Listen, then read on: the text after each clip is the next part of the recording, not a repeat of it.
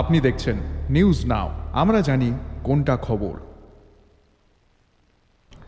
মুখ্যমন্ত্রীর নির্দেশে রবিবার ত্রিপুরা স্টেট এইডস কন্ট্রোল সোসাইটির উদ্যোগে আগরতলার মহাকরণে একটি গুরুত্বপূর্ণ বৈঠক অনুষ্ঠিত হয়। সোমবার রাজ্যে এইডসের বাড়ন্ত নিয়ে বিশেষ প্রতিক্রিয়া দেন মুখ্যমন্ত্রী বলেন, বেশ কয়েকদিন আগে একটি ভুল তথ্য মিডিয়াতে সম্প্রচার হয়। সেখানে বলা হয় ত্রিপুরাতে 146 জন এইডসে আক্রান্ত হয়ে মারা গিয়েছে, কিন্তু এদিন মুখ্যমন্ত্রী বলেন গত 17 বছরে রাজ্যে 146 জন এইডসে আক্রান্ত হয়ে মারা গিয়েছে। এইডসে আক্রান্তের হার সব থেকে বেশি আসামে। বর্তমানে ত্রিপুরাতেও এইডসে আক্রান্ত হওয়ার সংখ্যা কমছে। মুখ্যমন্ত্রী বলেন, তিনি ওষুধের দোকানগুলিকে নির্দেশ দিয়েছেন ইনজেকশনেবল সিরিঞ্জ প্রেসক্রিপশন ছাড়া কাউকে যাতে না দেওয়া হয়। এর পাশাপাশি রাজ্যে 18 থেকে 25 বছরের যুবক যুবতীরা মধ্যেই সব থেকে বেশি এইডসের সংক্রমণ হওয়ার সম্ভাবনা থাকে। সেক্ষেত্রে তিনি উপদেশ দিয়েছেন পরিবার পরিজন সহ স্কুলের শিক্ষক শিক্ষিকা এবং কলেজের ক্ষেত্রে অধ্যাপক এবং অধ্যাপিকাদেরও বিশেষ সচেতন হতে হবে এই গোটা বিষয় নিয়ে।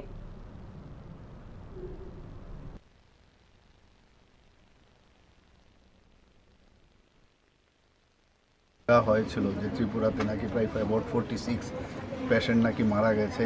তো এইরকম একটা অবস্থা সর্বভারতীয় স্তরে এইরকম একটা খবর গেছে যে আসলে এটা তো কিউমুলেটিভ, মানে 17 বছর ধরে 2007 থেকে 2024 পর্যন্ত।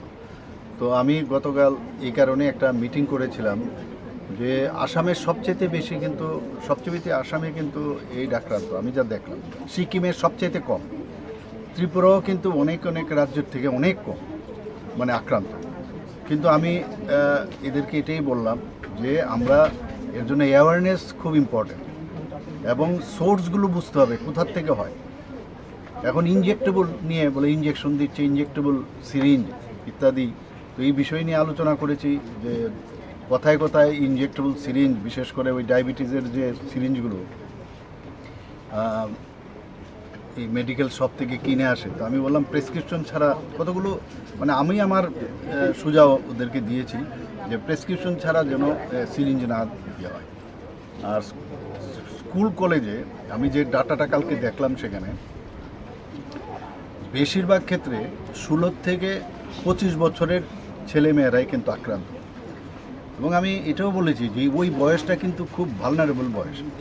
তো শিক্ষকদের কাছেও আমি কালকে একটা এসসিআরটির মিটিংও গিয়েছিলাম, সেখানেও আমি বলেছি, সব জায়গায় আমি যখন যাই, পরশুদিন গিয়েছিলাম, সেখানেও আমি বলেছি আপনারাও দায়িত্ব নিতে হবে, গার্জিয়ানদেরও নিতে হবে, আপনাদেরও নিতে হবে। স্কুল কলেজে কোনো অ্যাবনর্মালিটি কোনো ছেলে বা মেয়েকে যদি আপনারা দেখেন, তাকে অ্যাড্রেস করা এবং তার সম্পর্কে খবরাখবর নেওয়া। এবং বিভিন্ন ক্লাব, সামাজিক সংস্থা সেগুলো আছে, তাদেরকেও আমি বলবো নজরআন্দাজ না করা। আমরা অনেক সময় কী করি যে আমি আমার মানে এইগুলো জেনেও আমরা কোনো কাজ করি না।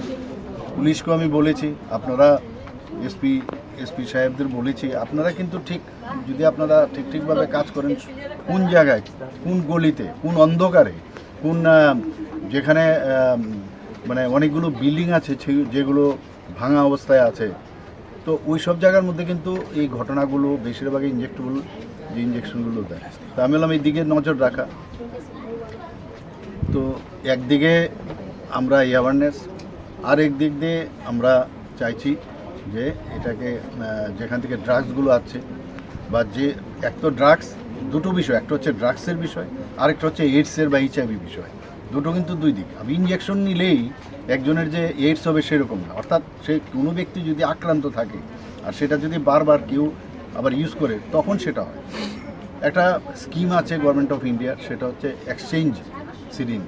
তাদেরকেও সেটা নাকি সুইজারল্যান্ডও আমাকে সেখানে দেখালো ওরা ডাটা, যে এই ধরনের এক্সচেঞ্জ প্রোগ্রামে, সিরিঞ্জ এক্সচেঞ্জ প্রোগ্রাম হয়, তাতে নাকি অনেকটাও সেখানে হ্রাস হয়েছে। তো এই ধরনের বিভিন্ন ধরনের মানে যে ডাটা বেস, যে